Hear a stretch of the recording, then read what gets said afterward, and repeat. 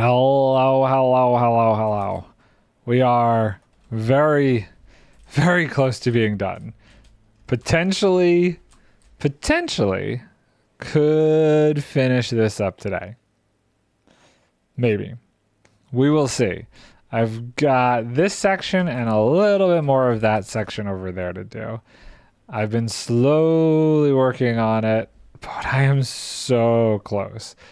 I don't have as many sponges as I had to start because a few people, one person in particular, logged off with a few of them. So I've had to do a little bit more back and forth getting all of these sponges dried out. Unfortunately. But it's fine. It's fine. We're getting there. I think like each row of the section I'm doing now requires a little more than half the sponges I have. So I could at least do a row before I go back and forth. And I've been trying not to like take out more sand than is already down there. So I've been removing the sections of sand as I've been going because I still would like to keep a fair amount of the sand. So these rows here, when I empty these two, I will take them and just kind of hopscotch them over. That's been the thing I've been doing. And I was doing them in like rows of 5, but I've switched that and now they're rows of 4. It's slightly easier to manage, I've found, to do it that way, but still kind of a pain. I could grid this out even more if I wanted to, but I think that would be I don't know that would be as efficient as just going down a row like this and lowering it as I go. I don't think it's I'm stuck. I don't think it's as necessary to do that because this has been pretty successful so far. So I've kept doing this pacing. It does get a little bit trickier because there's, some depth issues like this that make things annoying. So getting all of the water up sometimes can be tricky, but it hasn't been too bad. I'm like really hopeful I'll be in a place where I could finish this today. There's just this one section that's like crazy deep that I'm slightly worried about. I'll definitely be able to finish up this like row section over here and then maybe this row section, but this section and this section are just a little too obnoxiously deep that I don't know that I could deal with those today. But we're gonna see. We're gonna at least get through the one like section that's off to the side over there. I think that should be pretty simple. I worked on it a little bit this morning, only for like an hour or so, and I did all of this in like an hour. So maybe hour and a half to finish up the rest of it, give or take. It does get a little bit challenging in a couple places over there. Height-wise, there's a few areas that are a little bit deeper that might become problematic to clear out. Shouldn't be anything too bad, though. We'll see. But that's the goal. I'd really like to at least finish everything but that super deep section up today. That super deep section I might have to do off stream because I don't even know what the best approach is going to be to tackling that. That I might completely grid out. We'll see. We'll see. Haven't decided yet. I wish I could use the sweepers that I have. Like my plan at one point was to blast out the next layer and then keep the sweepers around to clear the aquifers and stuff that might show up. But I'm starting to realize that might get really tricky. That might get obnoxiously more tricky. Is that all of them? 1, 2, 3, and 6. Okay. And then back we go. So yeah, it's been one row, dry them out. Another row, dry them out. And so on and so forth. The process continues. If I had more sponges, I wouldn't have to keep going back here, but I only have so many to work with. I mean, I almost have 60 right now, which I think is a pretty decent amount. I don't feel like searching a bunch of ocean monuments for more. Not at this point. Not when I'm so close to being done. I also don't really know how much that would help me because I don't know how much I necessarily want to get ahead of myself.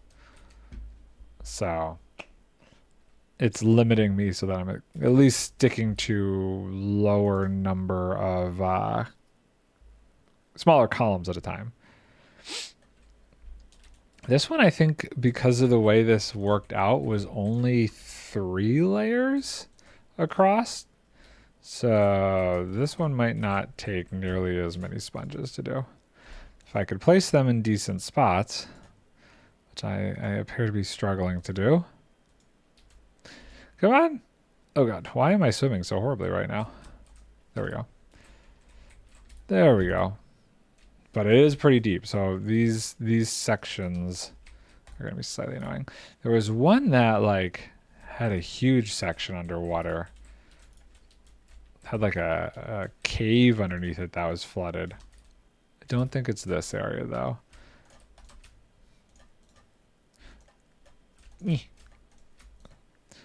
Come on. We'll pull all this back and then we can just focus on the deeper section. Oh, was it here? Might be right there. That might be the area that it like goes into a cave. Let me collect all this, clear out there, and then we'll look in the cave with whatever we have left. Which seems to be a decent amount. I have 26 left in my inventory. That's not bad. That's not too bad. Boop.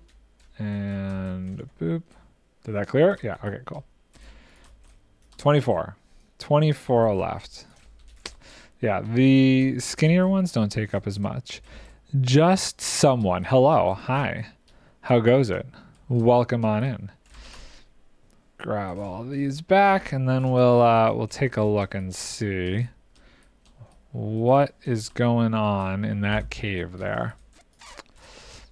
It looked kind of small, so maybe it won't be too bad to clear that out. But I want to make sure I have all these and don't lose any first.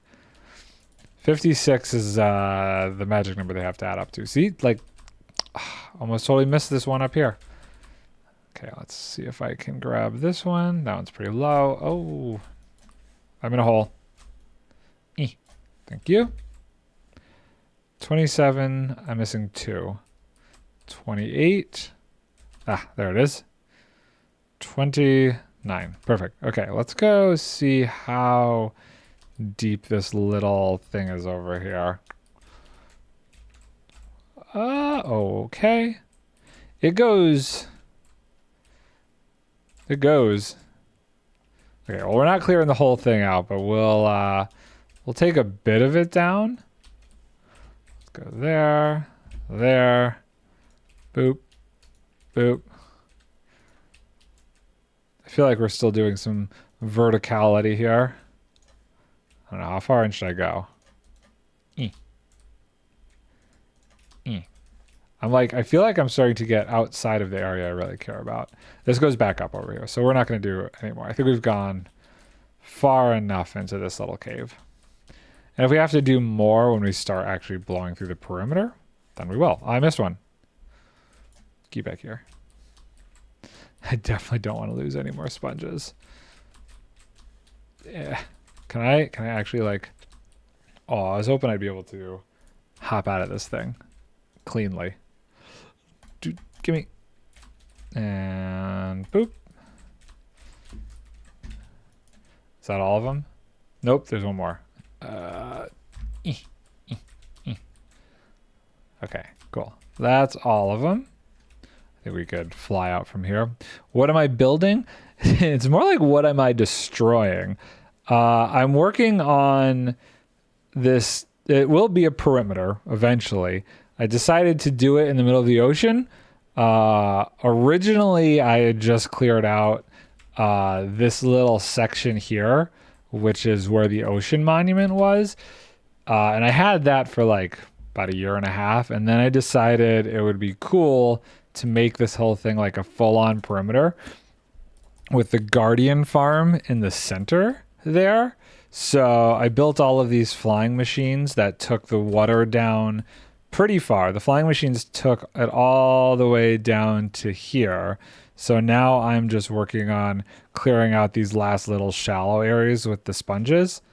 I could have taken it down more, but it would have been too much of a pain to level it all out underwater. So I figure I'll just do the sponges, clear it out, and then comes the big guns for actually blasting through everything. The unfortunate thing about this area, though, is there are a ton of aquifers underneath it, which is really annoying. So it's going to be a lot of clearing of water as I go. So I'm getting fast at it now, so that when I do run into an aquifer, I can blow through it pretty quickly.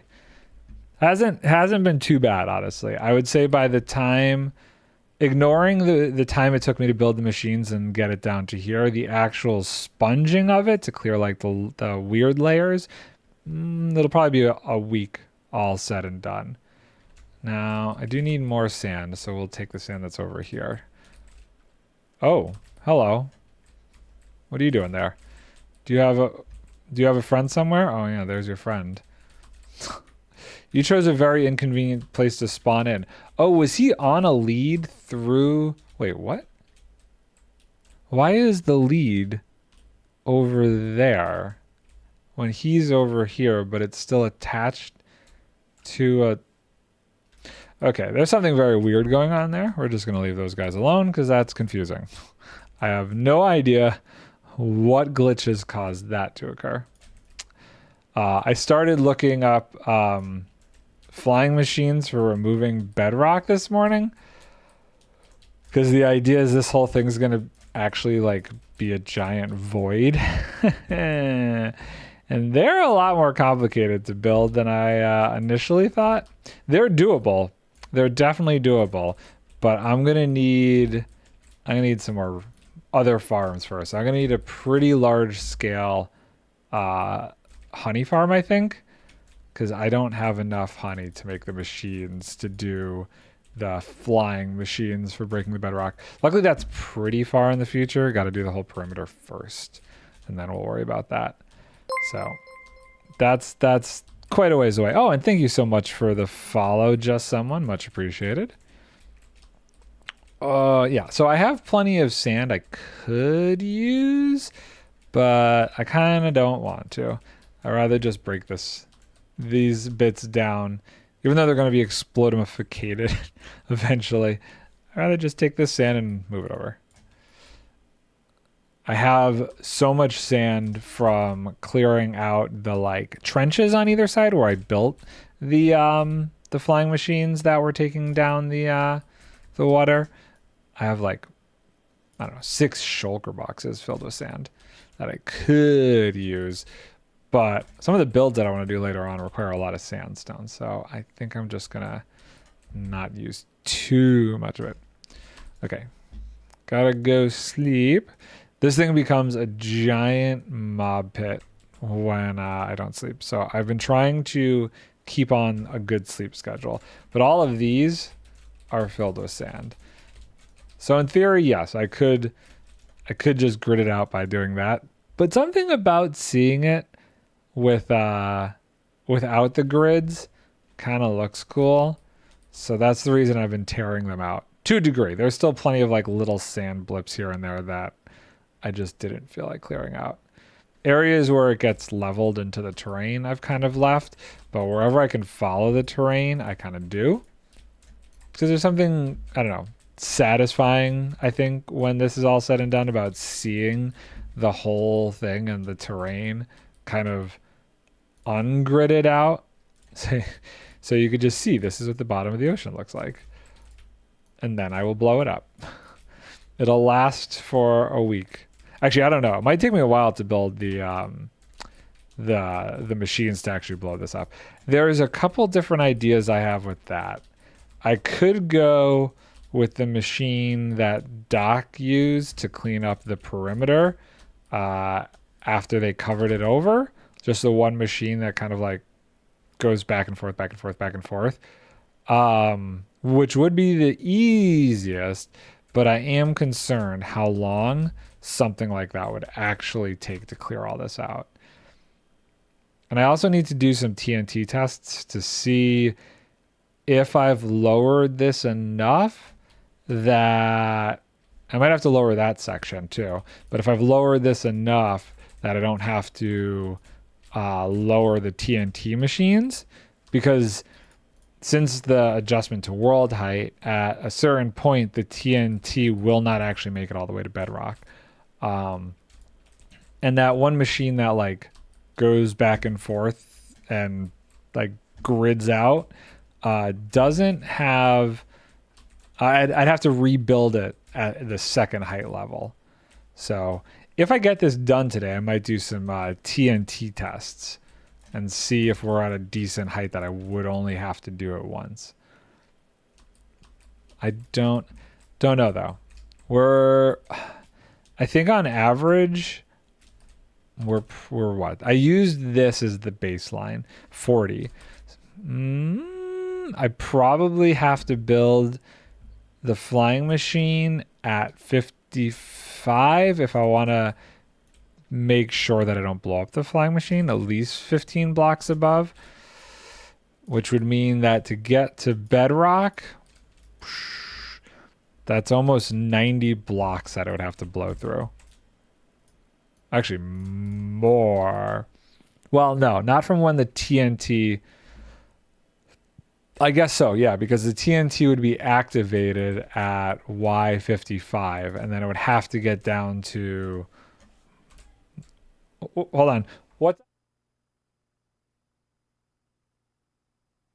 I will be right back. I've just been informed that my dog dust threw up, so I need to go and take a look at that real quick. Not a great situation. Be right back.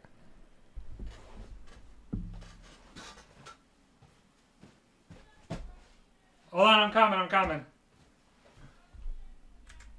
Yep, okay.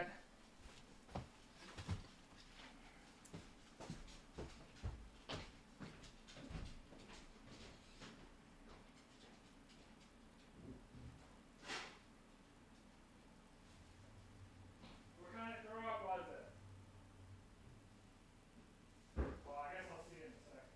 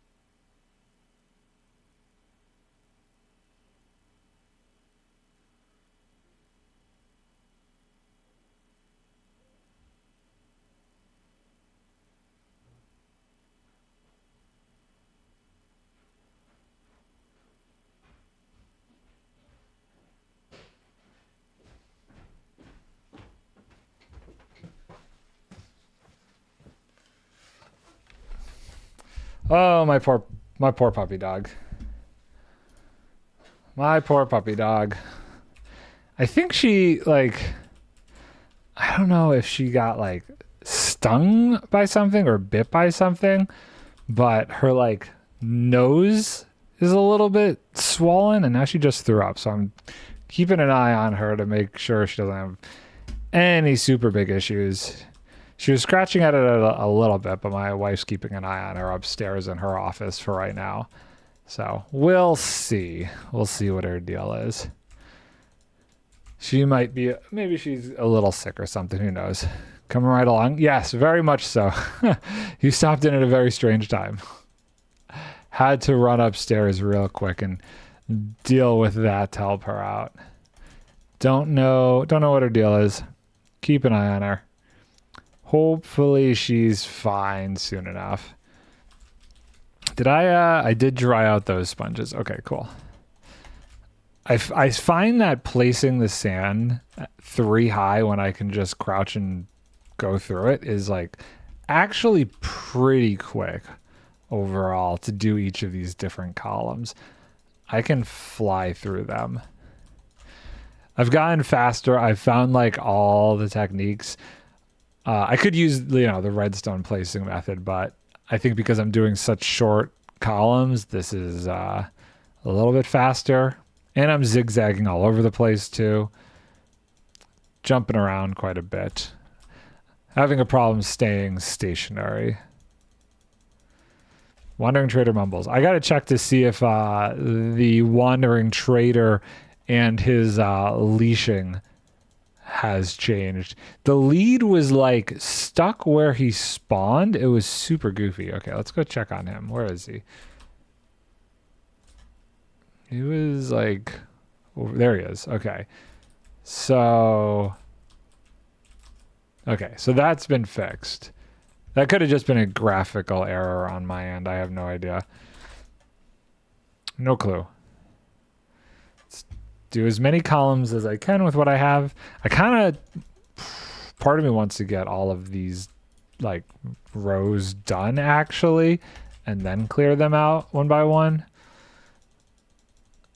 It's an interesting thing because I'll get bored of doing one part of the task and I'll be like, okay, I can't stand placing sand anymore. I got to switch to clearing it out. And then I'll get sick of clearing it out, so I'll go back to placing sand. I go back and forth quite a bit with this process here.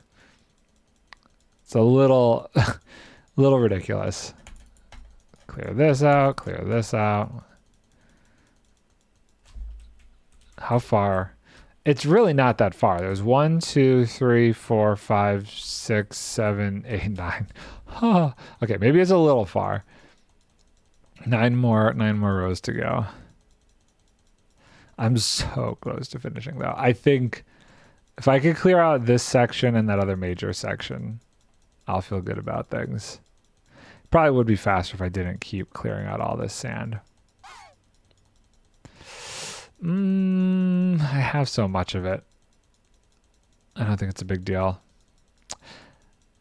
I saw that they're going to be releasing, they're getting very close to releasing 1.20.2. Is it .2? Encrypted, what's up, dude?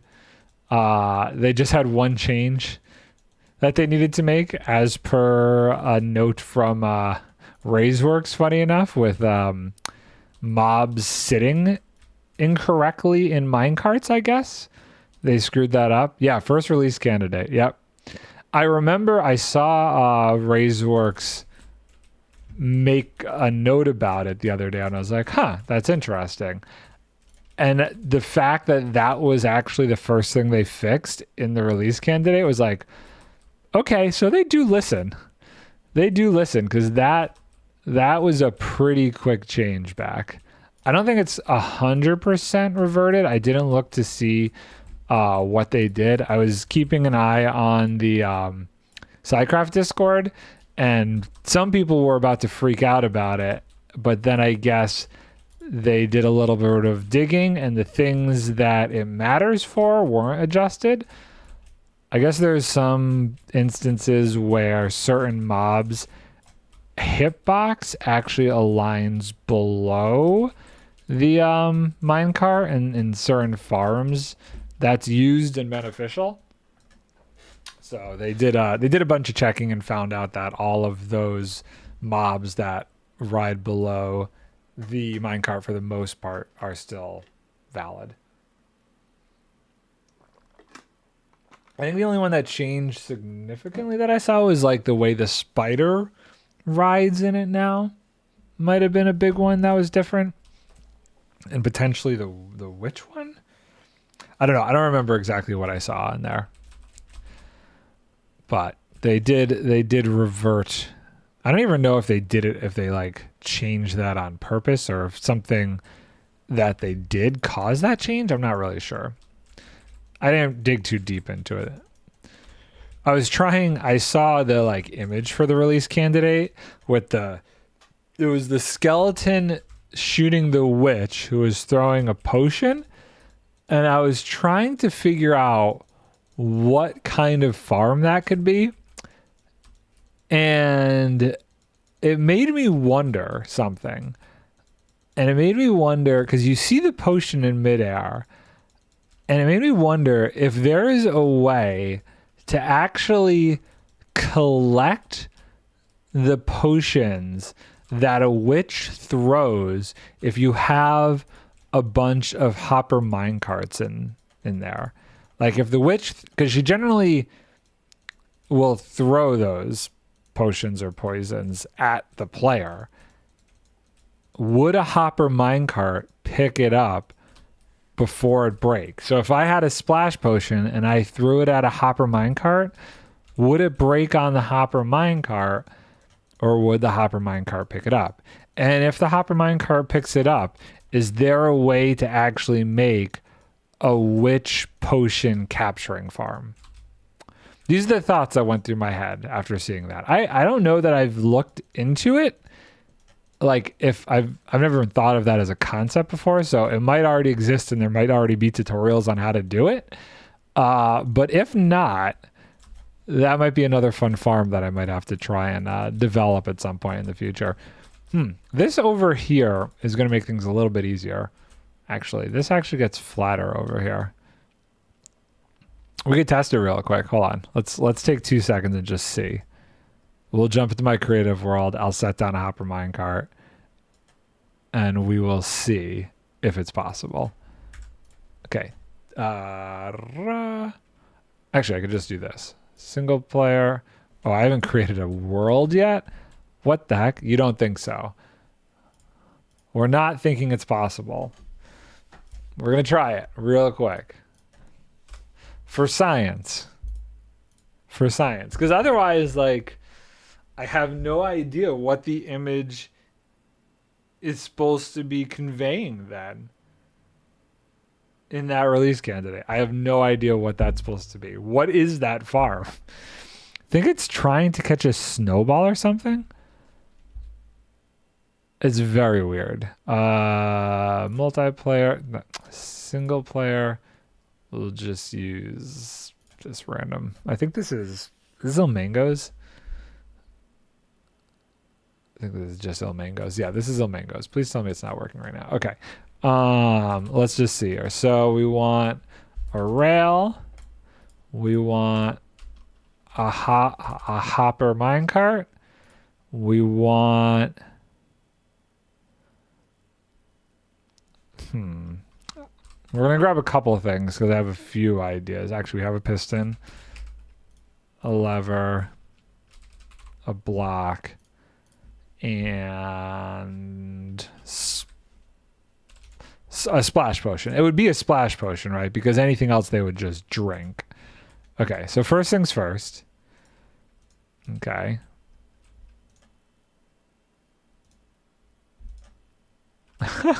Well, that doesn't work. Okay, let's just see if we have a hopper.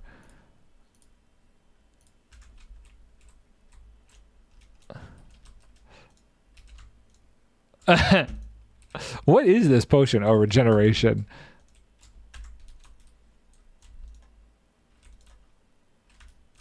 Nope. Nope. That's the only kind that it would throw, right? Because anything else...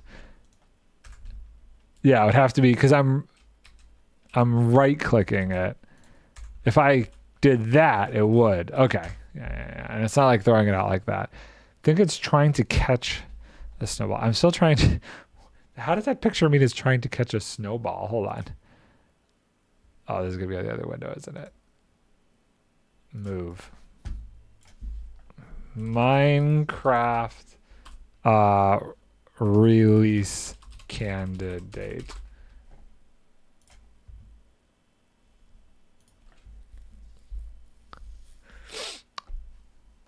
Okay, so this is so the skeleton shoots the witch. The witch is throwing a splash potion of poison. There's what appears to be a couple snow layers here and a golem back here. What is this? Think it's trying to catch a snowball. What? Isn't that weird? Like, what is this picture supposed to be? I like want to make this just to see what on earth is happening here. Who came up with this?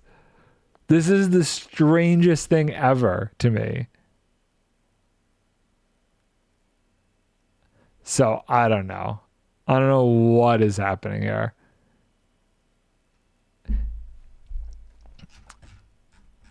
No, I meant catching a potion in a hopper minecart would be like trying to catch a thrown snowball. I see.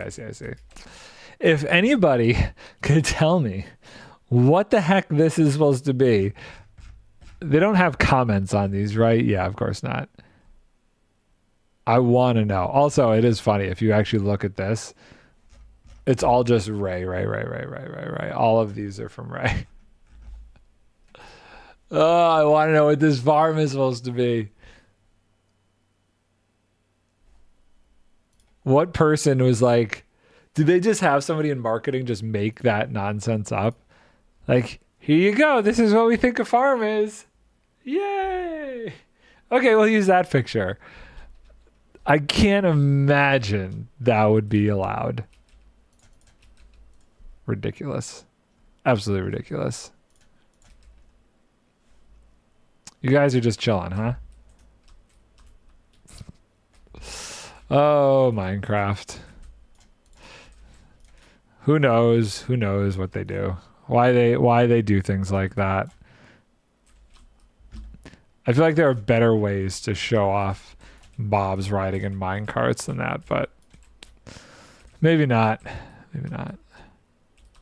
I think I figured out how to slow down Omango's double stone generator to work with your farm. You're still tweaking. Interesting.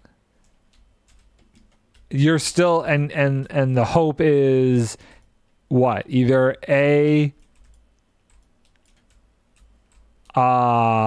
to make it more bone meal efficient or to produce more dirt? What is just makes the stone generator smaller? Okay. So it's reduction in footprint now. Understood. It is fun doing something like that though, and constantly having like little tweak ideas to make it better. I think that's amazing. Your version was tall. Yeah, I mean, if the footprint, if you can reduce the footprint, that's a good thing. It makes it feel simpler then. And a simple yet effective design is what's ultimately needed. Which still, I'm surprised that it doesn't really exist. People are either going to make like that crazy one that Cube Meter made or what? I don't like, I guess Ray's rooted dirt one, which, ew. Not dissing him, but just the fact that you have to go through the multiple steps still drives me crazy. Get in there. Actually, I could probably we'll do these. This one is only a 3 for a 2, isn't it? Yes. I was watching Zedaf stream his decked out runs earlier. It's very fun to watch. Pearl was doing this morning, followed by Zed. And I think Hypno is going to be doing some runs later, but I think I would rather watch his in a video form than his streams. The version with my stone generator wasn't too bad. Just gets up closer to the collection area and gets in the way a little bit. I'm going to wait until you have it to the point where you're like done tweaking, and then I'm going to be like, okay, I want to build it. Yeah, watch Pearl stream a bit this morning. Yeah, she had some really good runs. She was the first one I watched that I think got the uncommon card.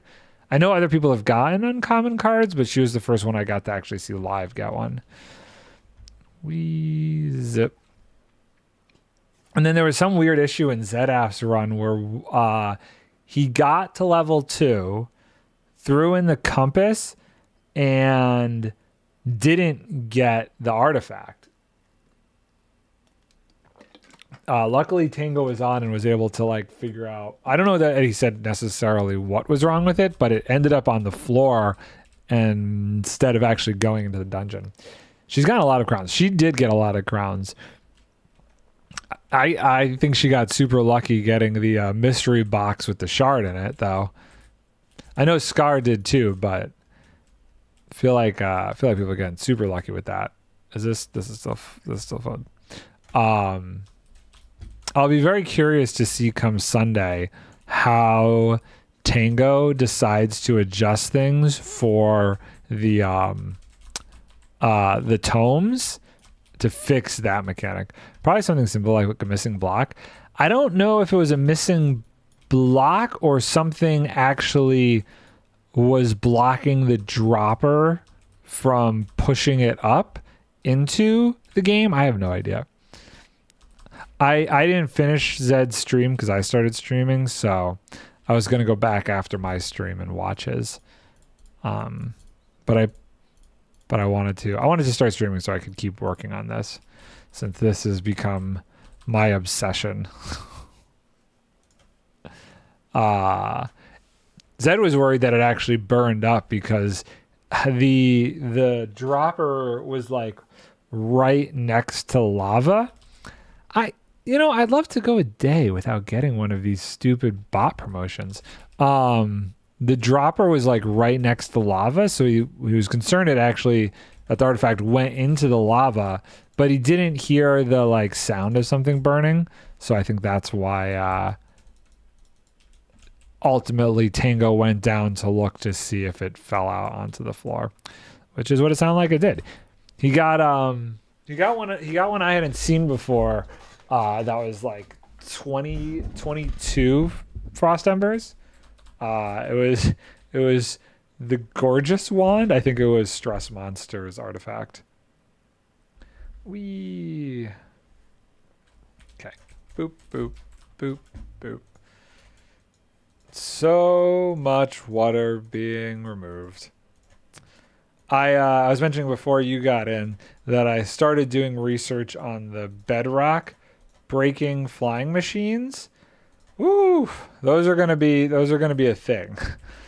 Those are definitely gonna be a thing. They're still possible and doable. I guess I just didn't realize how complicated some of the mechanics are behind them.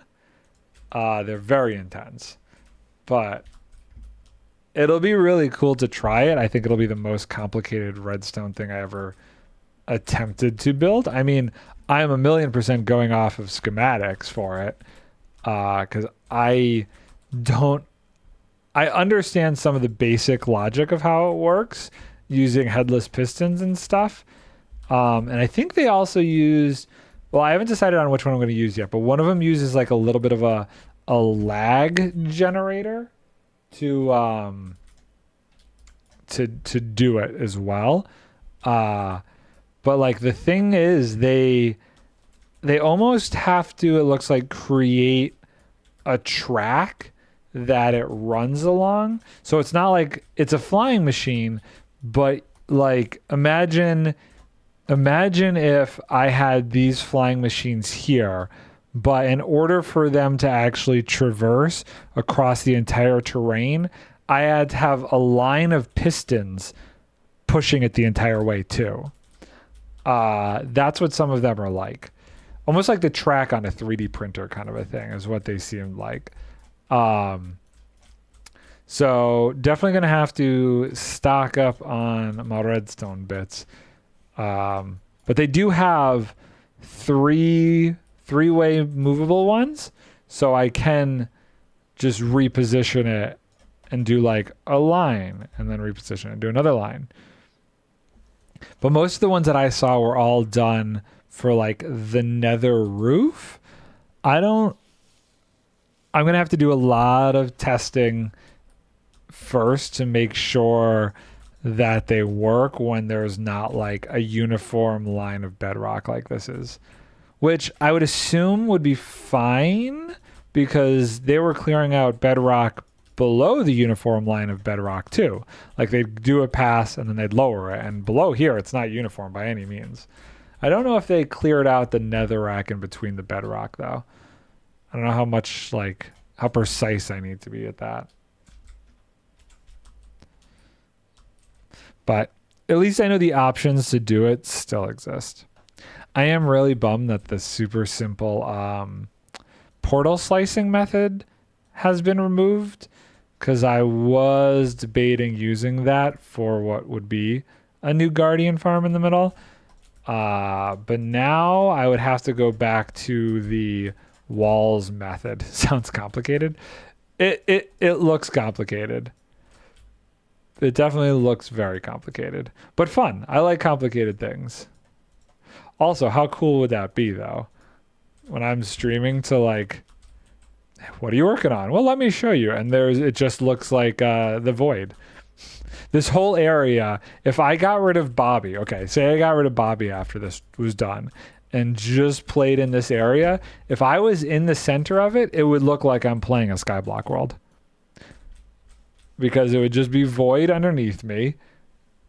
And I think if I stood in the middle, you wouldn't see anything on the outsides. So it could be kind of interesting. Could be kind of interesting. Honestly, as far as farms go, kind of pointless. Don't really need anything from farms from a perimeter. Every other farm that I could do, I feel like that would take advantage of it, I've already done in a different method. Like, I'm not going to do a copper farm. I would say the end copper farms are superior in every way already. So there's no point in doing like a copper farm. I don't think this would benefit from it. I could, whoops-a-daisy. I thought I had sand in my hand. I could do, I'm actually surprised that happened like that. One of those super crazy revved up creeper farms. Could do a crazy creeper farm. One of those ones that uses like mine carts to pick them up, then dispenses, then like uses an activator rail to drop them into a nether portal above. There are some really interesting designs. I think El Mango is messing with that design at one point. But at the same time, I don't know that I need that because I feel like I get plenty of gunpowder from the raid farm. So I'm not sure that I'm even going to use this perimeter for any farms in particular. I may use it to do some, like when this is all cleared out, I have plans, if it's possible, I don't know how much of a pain it's going to be, to use the there's some really good geodes under here, and I was going to try doing one of those geode flying machine setups for collecting the shards and stuff off of a geode. So I might do like a cool thing for that depending on where those fall. What is that number? New York City.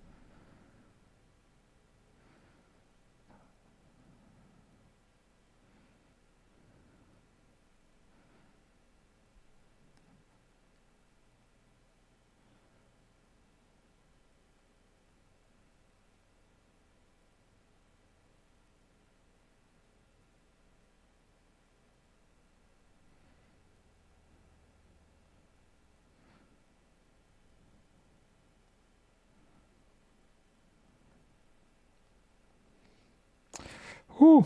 Possible commercial. Thank God. That would be really nice. Possible commercial. I need a commercial really badly. So, yeah, there's that. That could be very interesting. I hear the writers are supposed to go back to the negotiation table next week with the producers. So there's a chance in the next month that things might start moving again in this industry if this time goes well.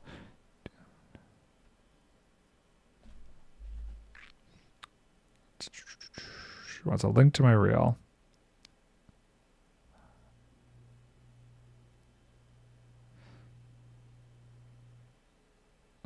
Hold on.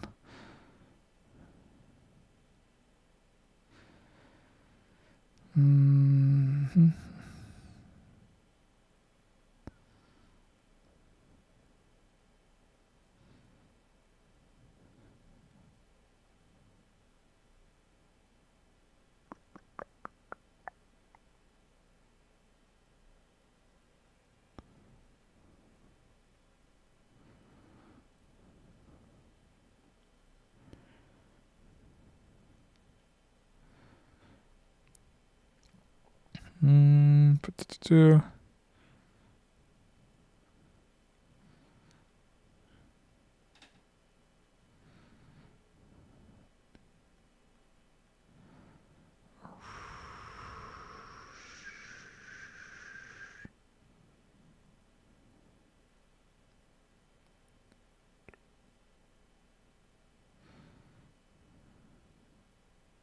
Boop, boop, boop.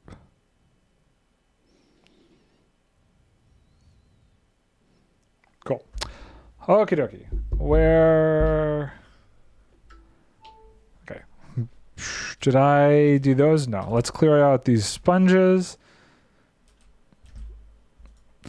Got distracted. Where am I going? I don't even know. I'm all flustered now. She wanted my reel for my director of photography reel, but my director of photography reel is all narrative work, since that's usually what I do is movie stuff.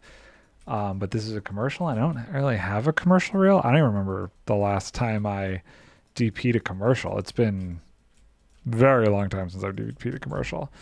So hopefully my narrative reel is good enough. And if it's not, oh well. Then maybe whoever does DP it needs a gaffer. Could always do that too. Could always do that too. Let's see. Yeah. Do I take some more down? I think I'll take some more down. Clear some more of this out. Keep going down the line here. I don't know what this is. I don't know why this line is here. Guess it doesn't really matter. Don't really need it there.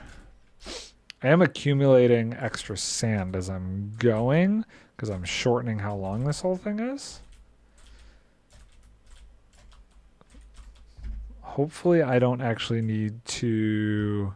I think when I go and do like those really deep sections, that's when I'll like dip into my sand reserves. But I think these other sections I can be fine without.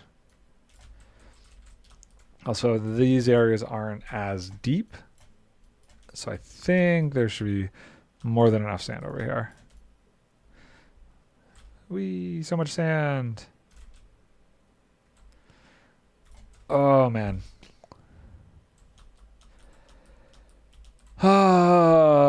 Okay, I am very curious and very excited for Minecraft Live. I really am wondering if they'll do some sort of big update, if that will, I don't know. I feel like people, even with this update having so much to it, still kind of were a bit complaining about things. And I'm very curious to see if they do an end update, if if people will complain about stuff. Now, I wasn't like super into the community at the point of the Nether update coming out, so I have no idea what the reaction was to that.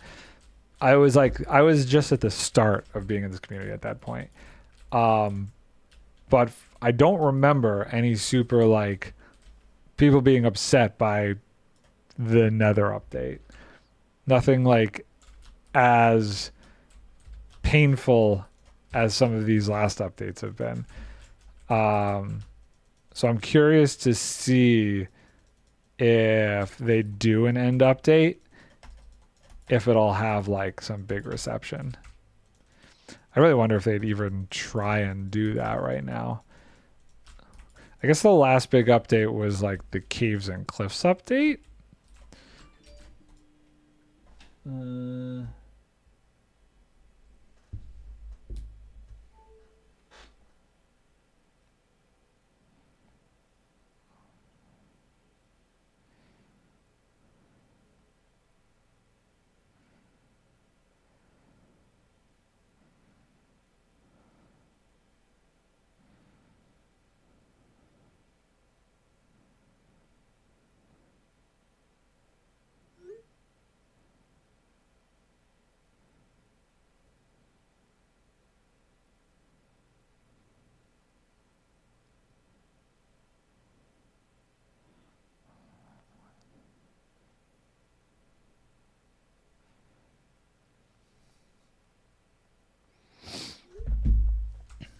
We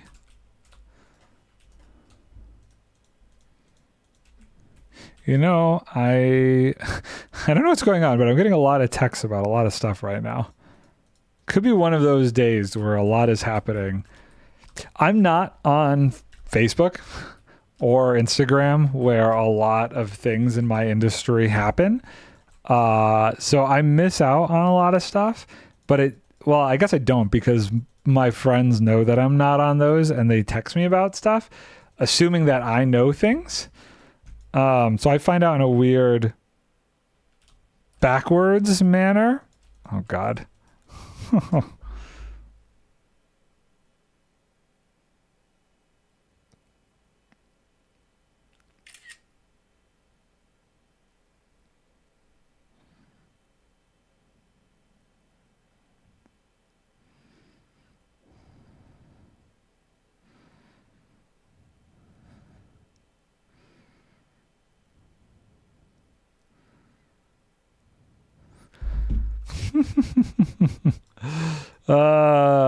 Geez. So my friend, so I got a text about this DP thing, and then my friend just texted me about, I guess, a casting notice that just got posted. And I'm like, oh, interesting. When's the casting date for? And the casting date is for the same date that this producer is asking me to DP. So now I'm wondering if this is the same commercial he's asking about. And if not, then there's two things shooting on the same day, which is really funny. I'm very curious now to see if this is that. I guess we'll know a little bit later this afternoon. I told him I'd be free around 4:30 to talk, so I guess we will see what happens. I don't know. I don't even know how this woman got my number, but whatever. Yeah. Hopefully this happens because I could definitely use the work right now. Haven't had a real commercial since it's been like 3 weeks, almost a month now. It's been rough. Been a little crazy. My friend is usually, he's a gaffer too, and I've always told him if I ever DP'd something again, he would gaff for me. I've had him as what's called my best boy, which is basically like my assistant for years now. So if this is that and I do get it, he's going to be so happy. Okay, how many more rows we got to do? 1, 2, 3, 4, 5.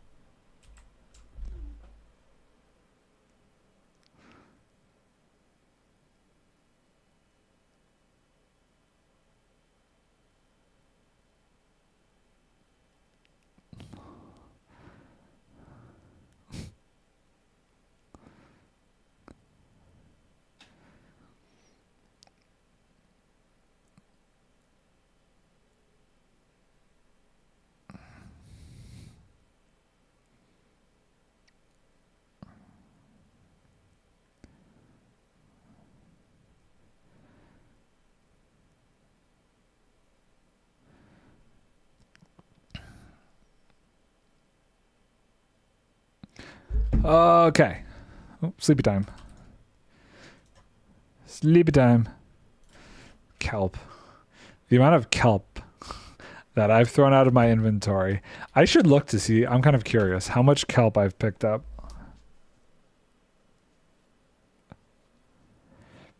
Falls from the ceiling, dies. Hello, Chaos. How's it going? Let's see. How much kelp have I picked up in this process? Brain falling apart. Statistics. Items. Items mined. Items broken. Times crafted. Times used. Picked up.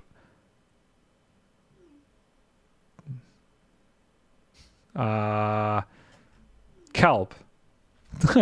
Okay, so I've picked up 13,000 kelp. Seems about right. Seems about right. Times crafted. I've crafted a lot of bone meal. Apparently. I don't remember crafting that much bone meal. That's surprising to me. Times mined, of course, sand. Times broken. Shears, yep. Times used, of course, my favorite pickaxe. Sand, of course. Dropped. Netherrack. Doesn't surprise me. Doing decent, thinking too much about Pokemon. Thinking too much about Pokemon? You've been taking a decked out break?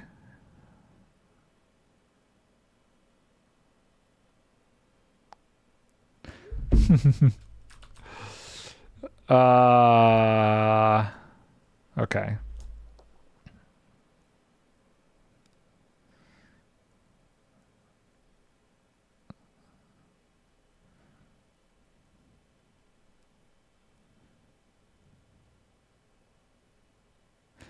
Oh no, I have been thinking about a Pokemon version of decked out. Oh god. Why? Oh, I'm trying to fly with carrots. That wouldn't work. A Pokemon version of decked out. What do? You go through the dungeon collecting different mobs, or like you go through the dungeon kind of like how he has the Easter eggs that you got to collect them all. What would be the Pokemon version of decked out?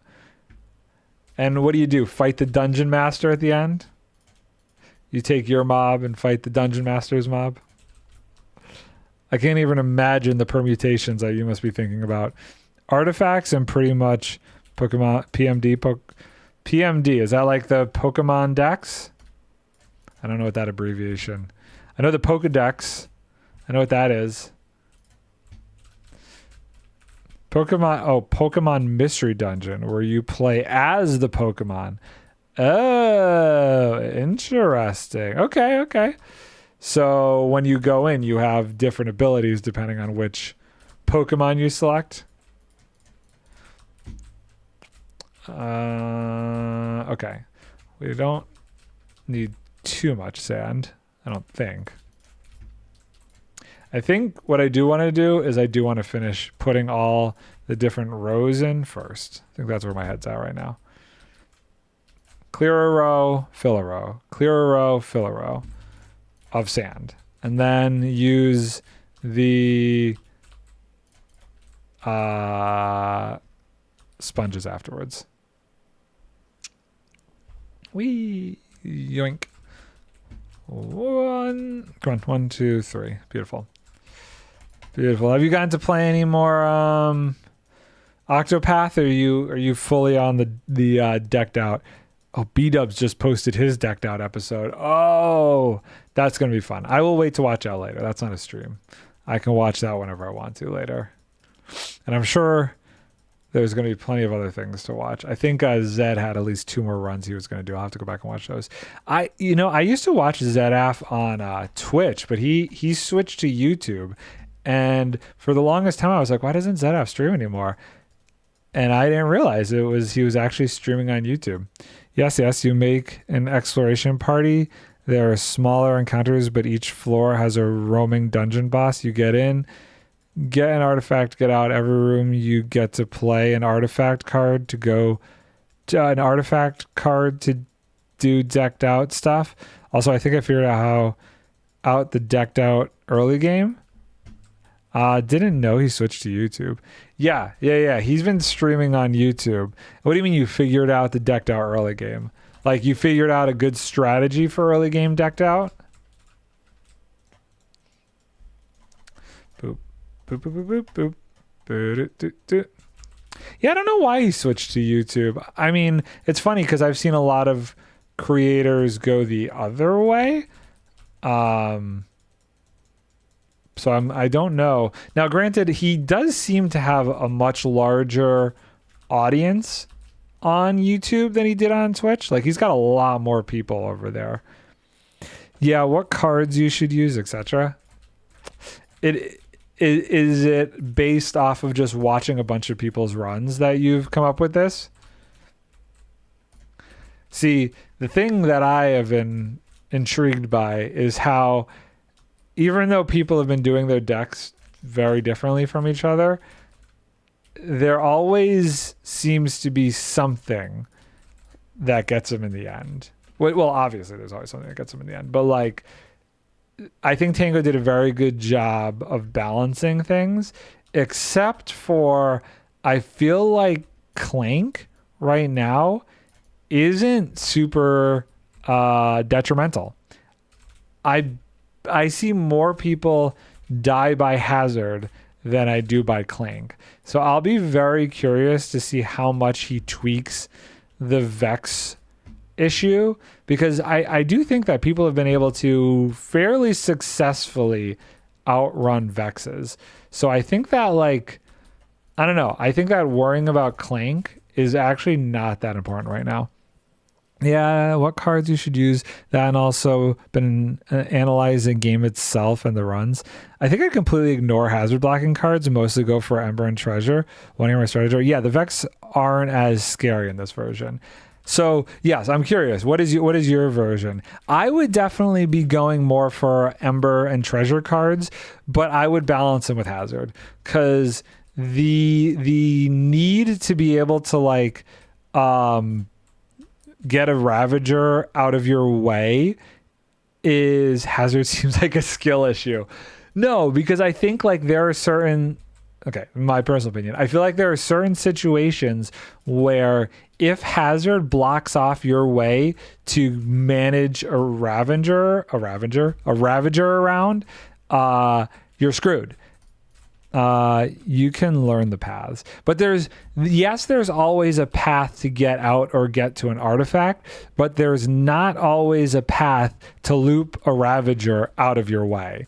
A Ravager can, if all of your paths are blocked by Hazard, be the last thing in your way. I guess you could, in theory, backtrack to try and get him out of a place, but that doesn't always work because of how he has some of them zoned.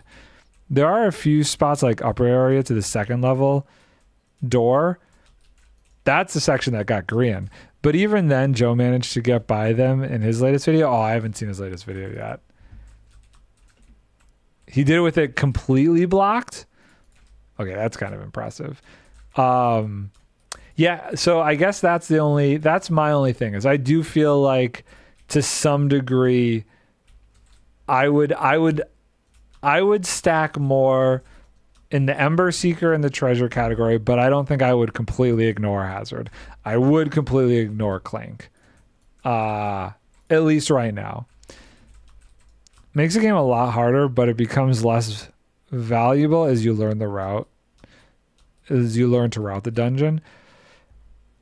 That is totally fair.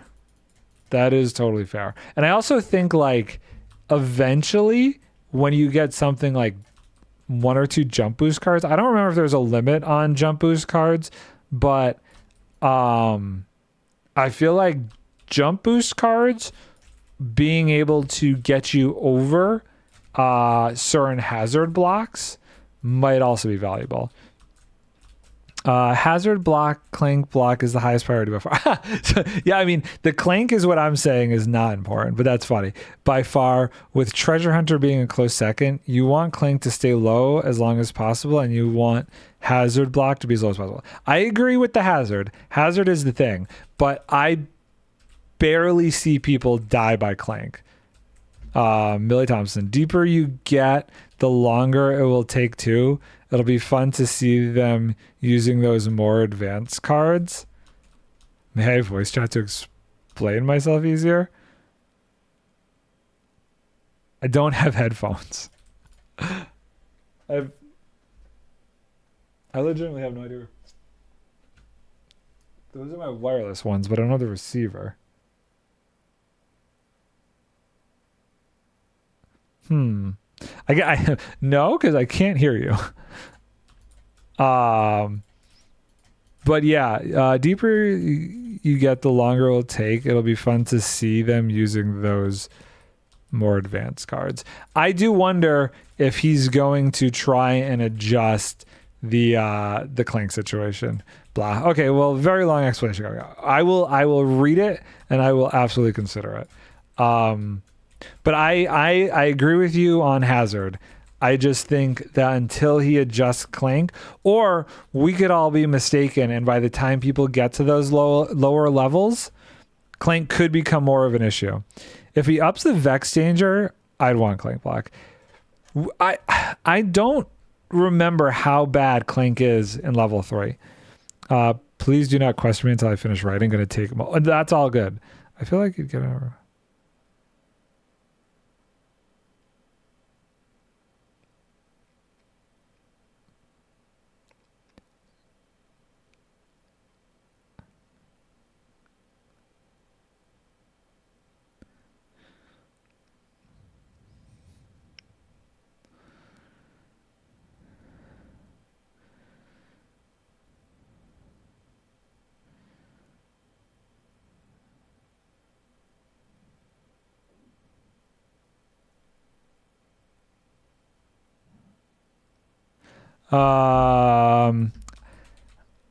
I will be curious to see if he adds more or comes up with a different mechanism for Clank.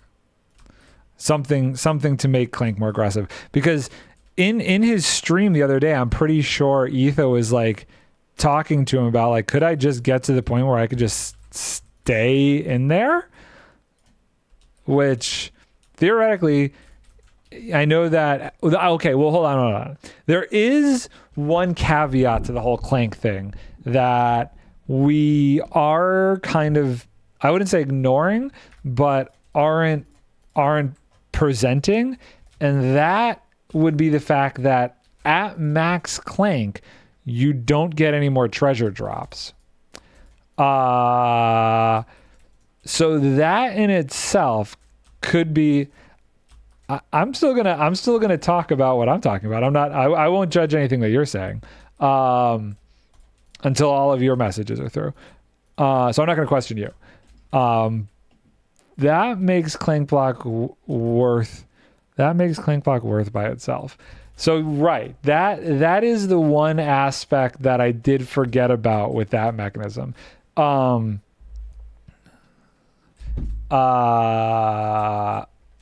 Also, there's the reverse caveat to that, and this is what Etho brought up. You generate Clank by running around the dungeon. So do you just stay still for as long as possible, let the treasure drops keep coming in?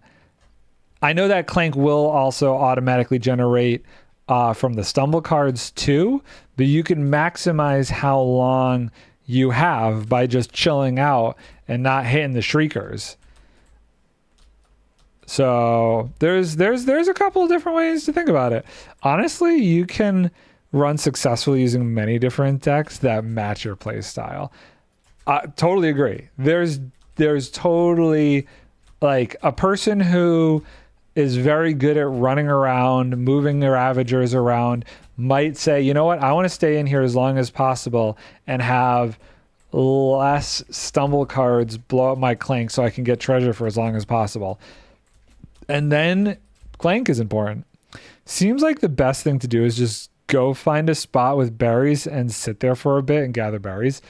That is definitely a legitimate strategy, except for the stumble card situation. Okay, let's see Chaos's thing. Right. So why hazard? Because as Tango says multiple times, hazard kills. 100% agree. People are undervaluing hazard, and that's what causes a lot of runs to fail. 100% agree. You want hazard to be as low as possible to make it easy to lure ravagers around. Agree. Second, Clink is problem because it blocks loot drops too. Yes. See, okay. That was the important thing we were missing, which means you want Clink to be as low as possible too. Treasure, you want a few cards for. One reason, finding keys. Finding keys definitely is a stumbling point for a lot of people. Yeah, Tango says people undervalue hazard, but I haven't seen anything to make me agree yet. I have seen so many runs where people have either died by hazard or just couldn't move a ravager around because of it. My personal opinion.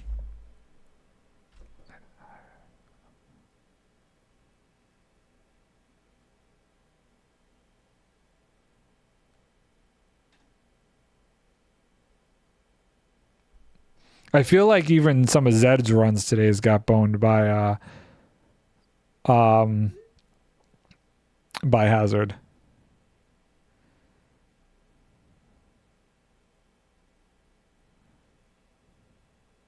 Sorry, just getting some.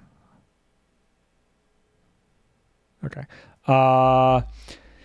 And they did say loot can drop regardless of the cards, but it's just really low. Yes, it's very slow. If you don't have good treasure, it's very slow.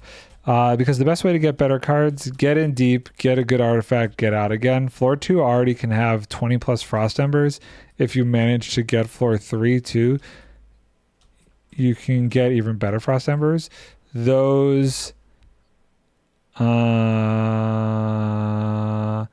these are valuable enough to give you higher chance to gain uncommon cards, thus making it easier for you to build your main deck. I wasn't done. Well, I couldn't tell you weren't done. That was a lot. Even better artifacts are worth more.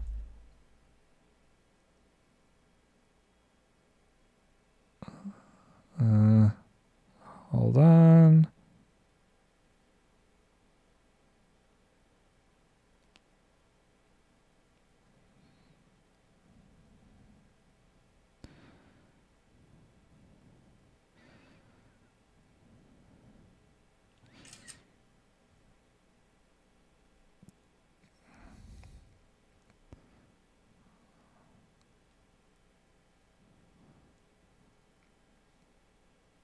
Come on. Why? This is complicated. Oh, days like this, man. Days like this. Copy. Stop with all the text today.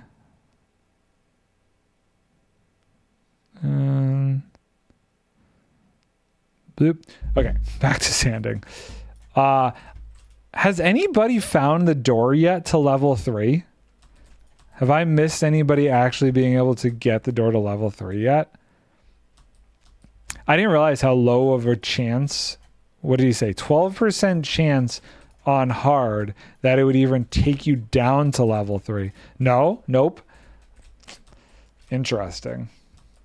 I'll be curious to see if they're also, to a degree, pacing themselves. I could see them pacing themselves, like not wanting to like jump the gun and get down there super duper quick.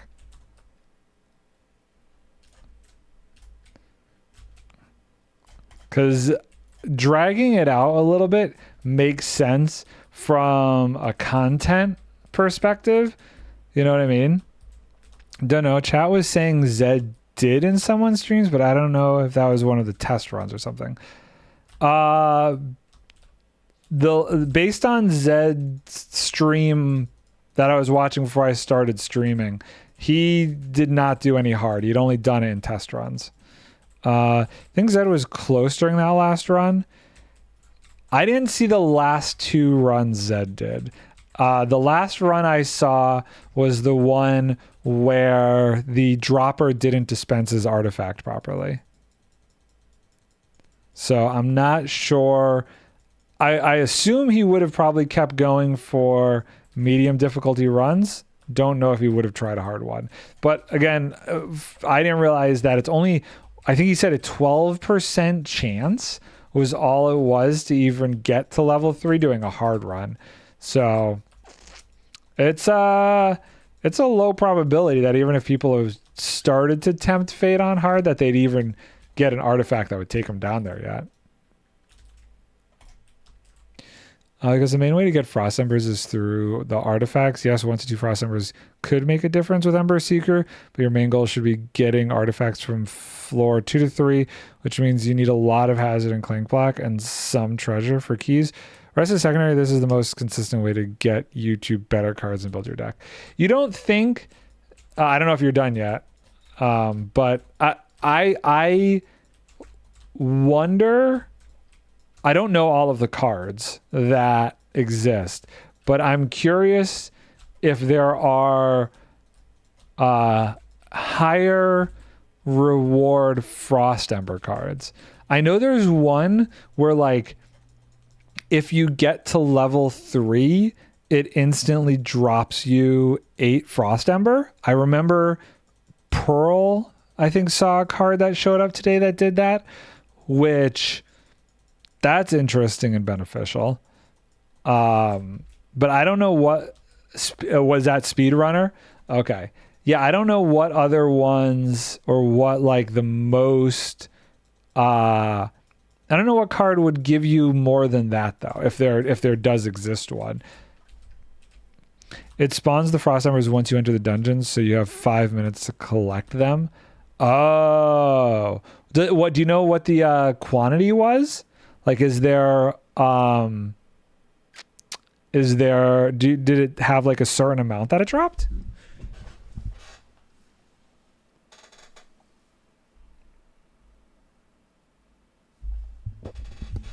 $8 guaranteed.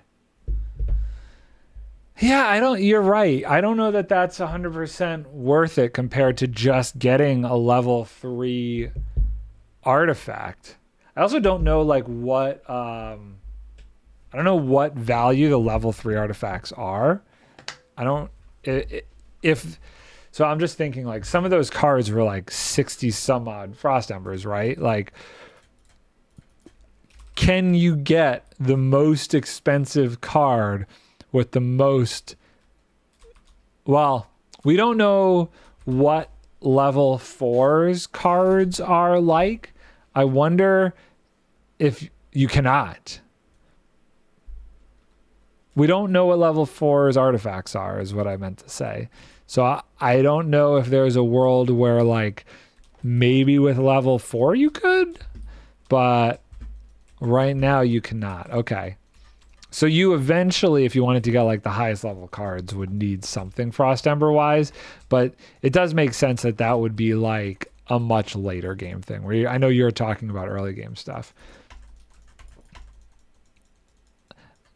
Most valuable artifact is 60. And what is the most expensive card? I haven't looked close enough to see what the most expensive card is. Is it like 68? Is it like you have to do a speed run to get it or something crazy? 70. Okay, so the 8 from a speed run drop. I really wonder, like, if you stacked your deck with like 10 frost ember cards, could you get 20 just from running around the dungeon? Or would it be so difficult because of where they would eventually spawn that it would just be impossible and never really worth it to stack that many? Probably, yeah, but that is later on.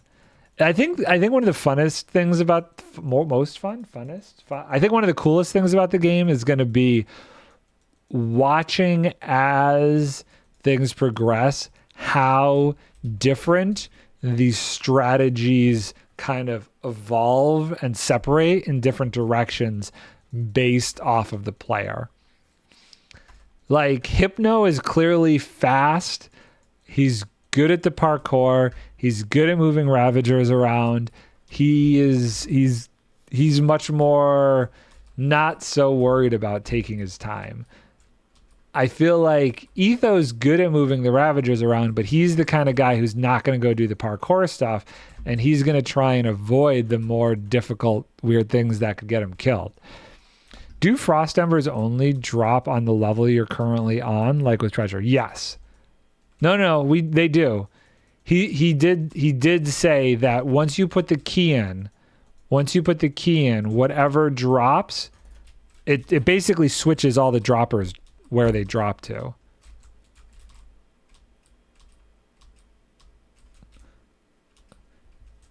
Didn't know if that only applied to Treasure or not.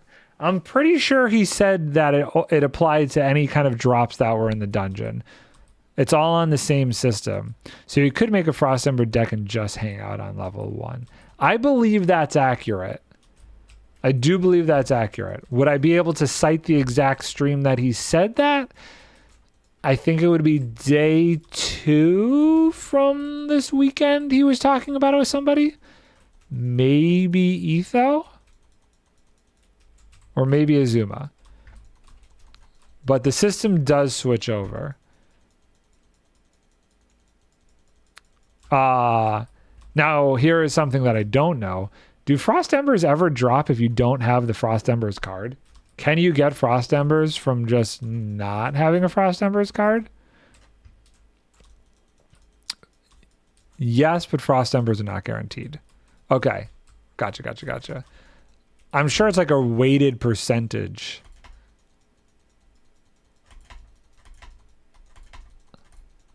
Now, it would be... I do wonder what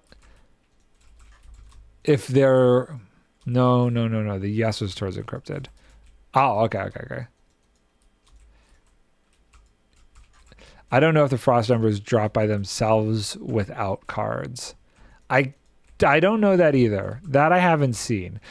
I'm also not sure if they drop from the same dropping locations as coins, crowns, and keys, just at a super low probability that increases based on. So I don't think I've seen anyone get one without a Frost Ember card. Okay, so the way I'm pretty sure if you know where the treasure drops are, Frost Embers drop from the same places that coins, crowns, and keys drop from. Whether or not they will drop if you don't have a card, I'm not sure.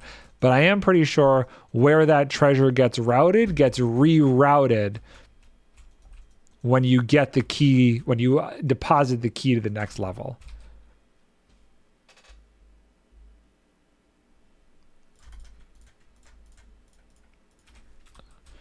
Okay, I don't have enough for this last row here. So let's get some more sand before my shovel breaks. That should give me enough for another row. We'll just take this row out. Well, we're definitely getting this section done at the very least. And we'll be able to start the last section, I think. I'll probably finish this up over the weekend because I think another stream of me just draining this thing is going to get incredibly boring. I can only do this so long until I get bored doing it on stream. Maybe next week is dirt farm time. We might be there. Because I'm going to need to take a break from this project once I empty it out. I'm not going to go straight into building the explosives for this yet. I want to do some research. I want to decide how I want to do it. So I think the goal is this is the last day I stream this part of this project.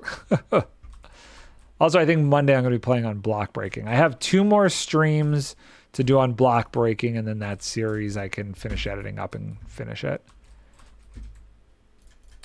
So much sand everywhere.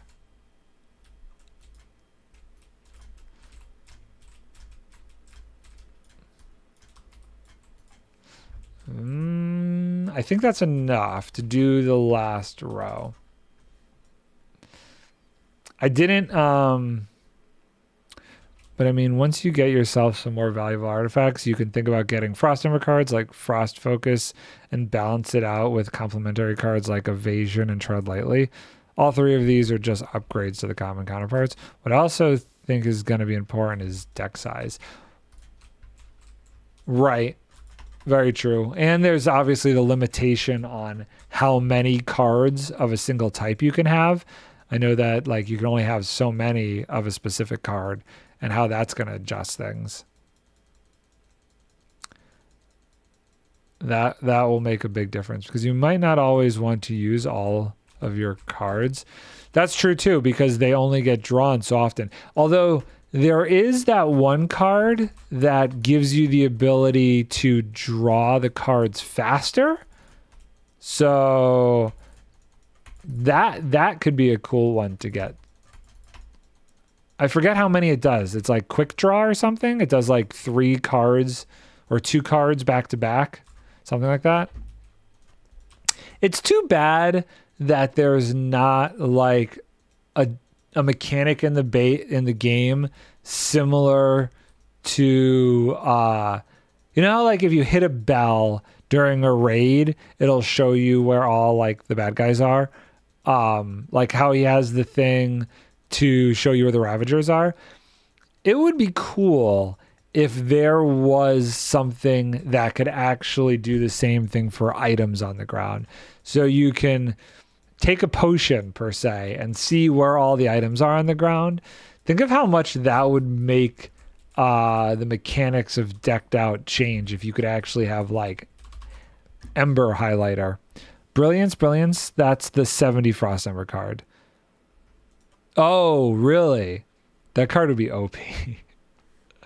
It would definitely be valued at 70, but it would also be a really cool mechanic if that just existed in the game, you know? I think that'd be awesome. Just in normal gameplay, I think it would be really cool if you could take a potion and see where items are.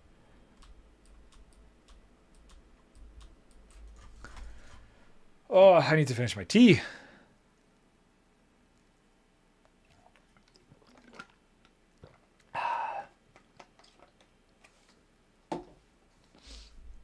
Oh, the sun's going down.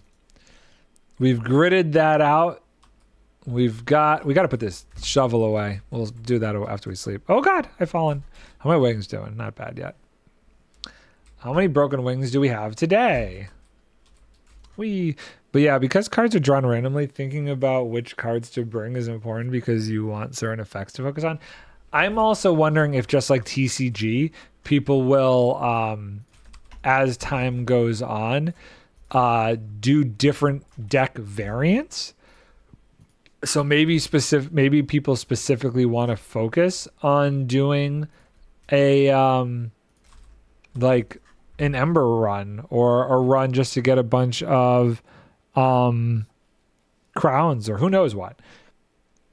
I'll be curious to see if people start developing specific decks around the type of runs they want to do. Probably. Yeah, because I think that could be valuable. It also gives people the ability to, I guess, play around with different strategies as well. We'll see. It's early on. It is surprising to me. Eight seasons. That's what he wanted to do, right? 2 months, 8 weeks. I wonder what the shelf life of this game is going to be. I feel like TCG had a bit longer of a shelf life than that. I feel like I was into TCG for at least 4 months after that first came out. Like, why take all the clank block you have when you can just instead use 3 evasion? Your smash and grab is more likely to be drawn. That's very true. Yeah. No, I can see like the composition and quantity of cards being a huge thing that you have to consider with how much it'll actually be drawn. And we also have no idea what level 4 is going to be like. Level 4 could completely mess with people. You know, people could be building their deck and he could have like level 4 be a complete hazard trap. Who knows? I'll be very curious. It was hysterical. I don't remember more text messages.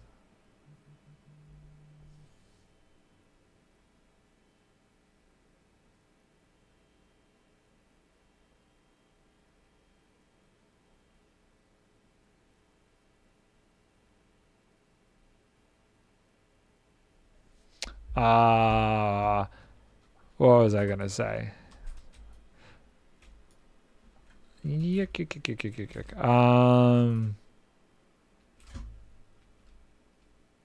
don't remember what I was saying. I got distracted. I've been getting a lot of work text messages. Ah.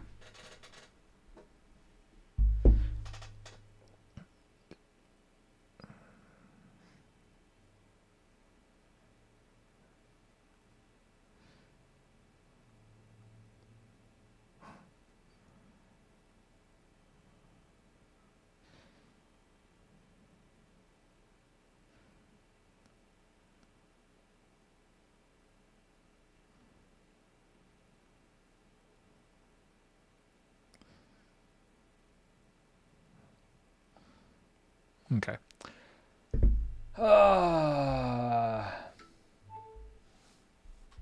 Did I get them all? Yeah, cool. Cool. But yeah, I think that Hazard and Clank Block are most important in early game, but with Treasure being the second highest and Frost Embers can be ignored until you get something like 2 Frost Focus or Reckless Charge. It is interesting in defense of Frost Embers how Tango seems to have priced stuff out in such a way that like it feels like you're always just those 1 or 2 Frost Embers shy of being able to get the card you want, which is hysterical because that's like if you got Frost Embers, those extra ones, you would probably be able to get the thing that you want. He did a very good job with the scaling of stuff, I would say. Okay, what is texting me now?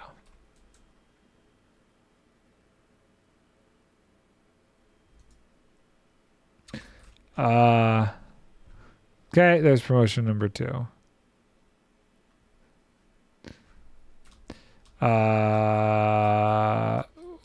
Which you get more likely if you get better artifacts. So who do you think right now has been running the dungeon the best?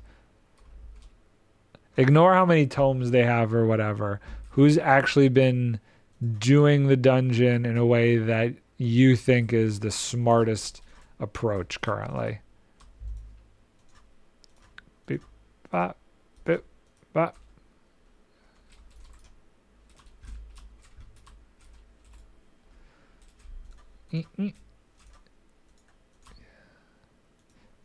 Do. I know, but Frost Focus is 20, so by getting a level 2 artifact, it almost guaranteed that you get Frost Focus. Assuming that by chance that card actually is available for you. And I don't know. I have watched Tango streams, not the individual videos. Oh, okay. Fair enough. That is one trick of it, is you have to hope that you get the card you want when you get the artifact that gives you the ability to get such card. Hypno, maybe? I feel Hypno is in the top, I would say, right now. He seems to be definitely doing the best. He seems to be pretty solid on how he's running. He seems to have really good ability to deal with the parkour stuff that's in there. He seems to know how to move Ravagers around really easily. And I'm pretty sure he was the first one to get an artifact out of level 2. Still funny that it was Scar that was the second person to get it out of level 2.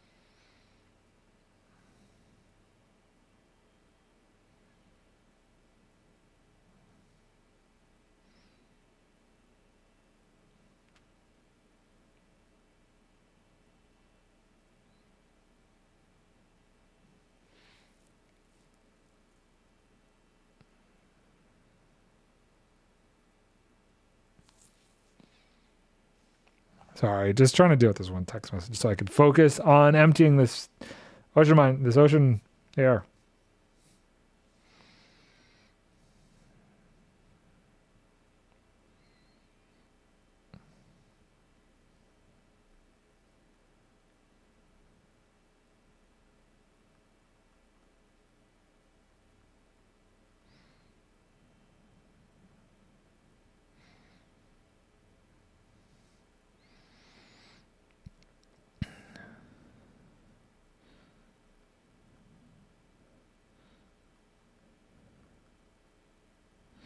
Okay. I mean, yeah, here's the thing. If you consistently get a level 2 artifact that is worth 20 plus, you're more likely to get that specific card you want over time.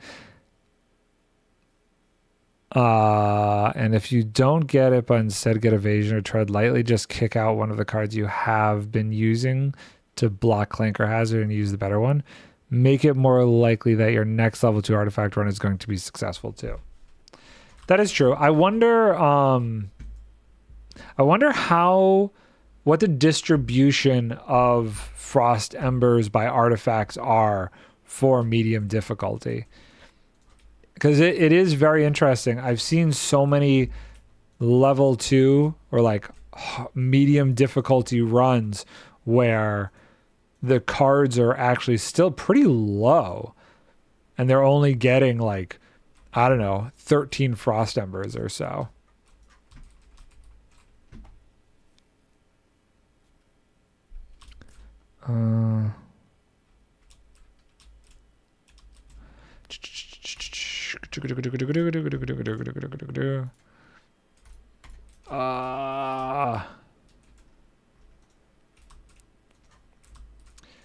There is lots of stuff to keep clearing out. Wait, did that go away? That one went away. It's flowing, but there's actually no source. I saw a very cool video the other day of like what would happen if water mechanics in Minecraft were like accurate. And it was interesting. The dude had like a cavern below an ocean. And I don't know how he programmatically switched water to work this way, but he broke the bottom of the ocean floor and all of the water flowed out into like the caves below. It was a really interesting concept. And I wonder like how weird it would be if that's how this worked. I would certainly not be able to do this and have like crazy water walls. That would all clearly fill this in. But at what point, I guess, does the water stop flowing? That's why you have to stack clank block and hazard block so you can get to level 3. I personally think when people start getting a level 3 or hard difficulty, because I think level 3 is going to be an absolute nightmare for people. I think the wardens are, at the end of the day, going to be a lot more difficult than anticipated.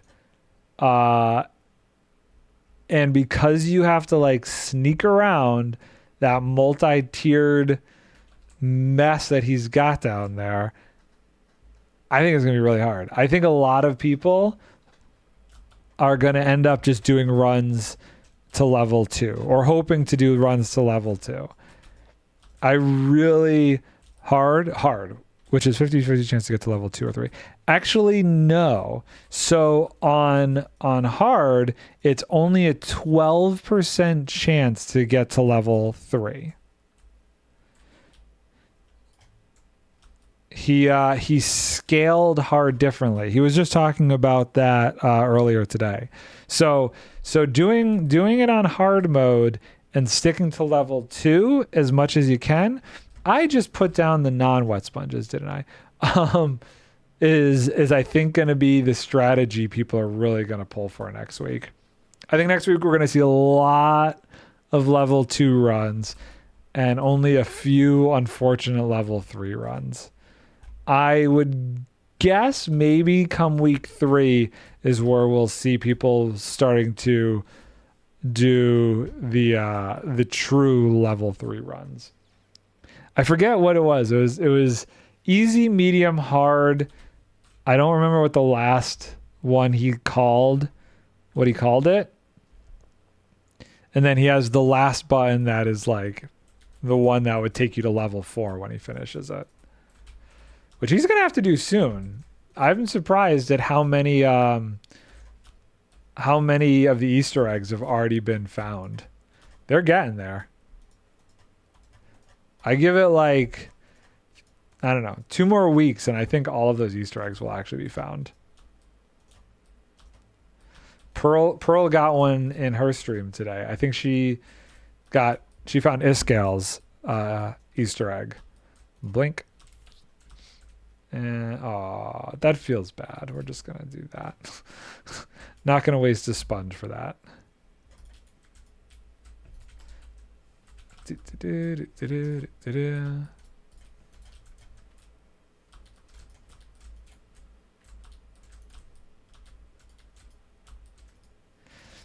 But anyway, back to my Pokemon Magic Dungeon version of Decked Out. Are you like making this, or are you just writing it out right now? Are you just putting your thoughts together? Clear all these. Jump. You're writing it out. You must have like a book filled with game ideas at this point. How many more we got? 1, 2, 3, 4, 5. So yeah, we're gonna finish that. I'm gonna start gridding this and this out.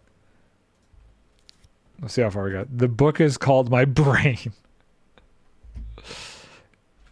Fair enough. That's funny.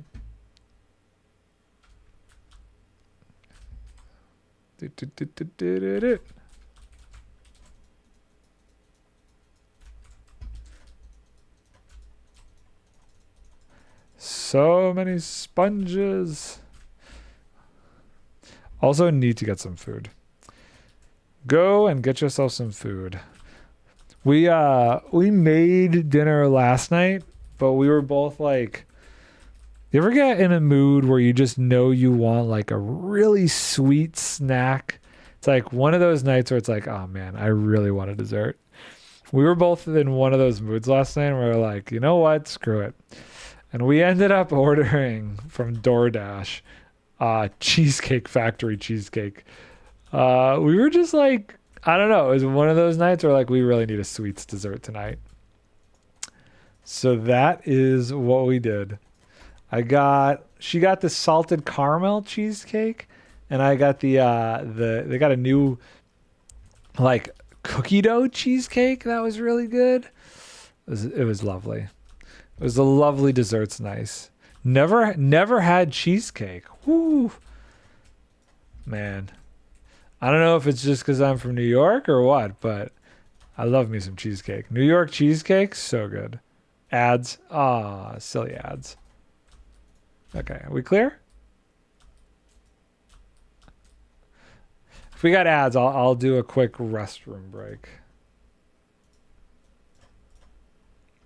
We'll do a restroom break while the ads are going. Be right back.